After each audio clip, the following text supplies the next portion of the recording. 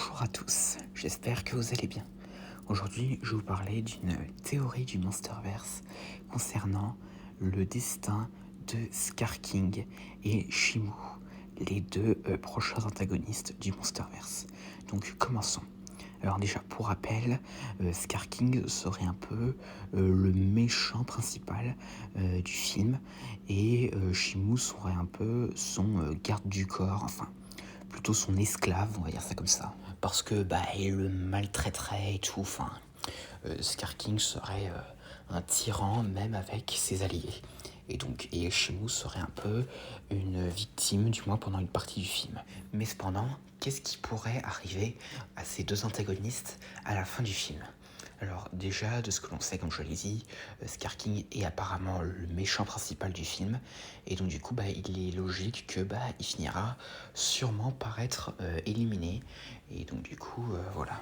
Mais cependant, s'il doit être éliminé, comment et par qui va-t-il être éliminé?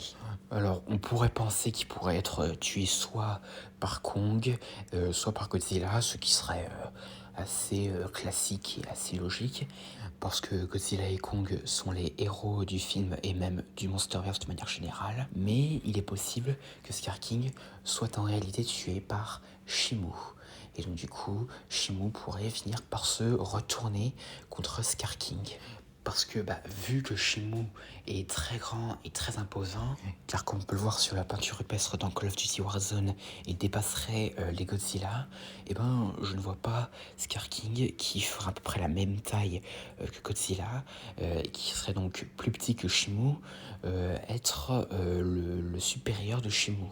Et même l'antagoniste vraiment principal, parce que les pouvoirs de Shimu sont bien plus puissants que ceux de Scar King. Mais bon, après, on ne connaît pas encore tous les atouts de Scar King, mis à part qu'on sait qu'il possède un fouet en forme de serpent qui lui permettrait de frapper très fort et de contrôler Shimu. Et déjà, alors, il est possible que, en fait, Shimu et Scar King, quand ils se rencontrent, sont ennemis, mais Scar King se sert de son fouet pour le plier à sa volonté.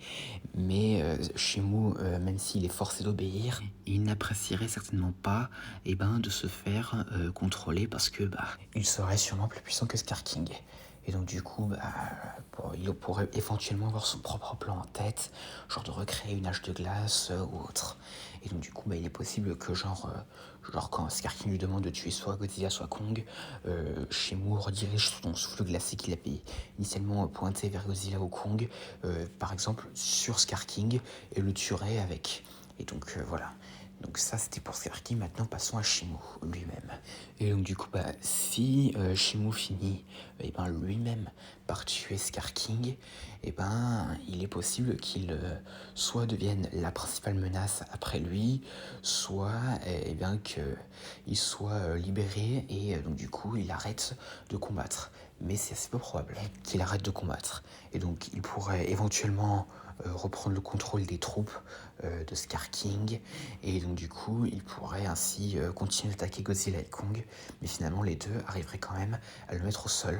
Mais alors soit il y a deux possibilités, soit il le tue, ce qui ainsi mettrait fin à une possible menace de l'arrivée d'une nouvelle ère glaciaire, soit il l'épargne mais arrive à le convaincre d'arrêter tout ça, genre de vouloir créer une ère glaciaire ou autre. Et Shimu, qui serait forcé d'obéir, puisqu'ils l'ont battu tous les deux, il irait soit dans la terre creuse pour y vivre, soit rester à la surface dans les régions polaires, et ainsi devenir un protecteur comme Godzilla et Kong.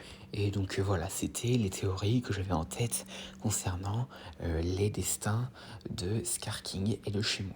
Et donc dites-moi en commentaire qu'est-ce que vous en avez pensé, si vous avez vos théories à vous ou autres. Et donc voilà, j'espère que cette vidéo vous aura plu, n'hésitez pas à dire ça dans les commentaires et à la prochaine.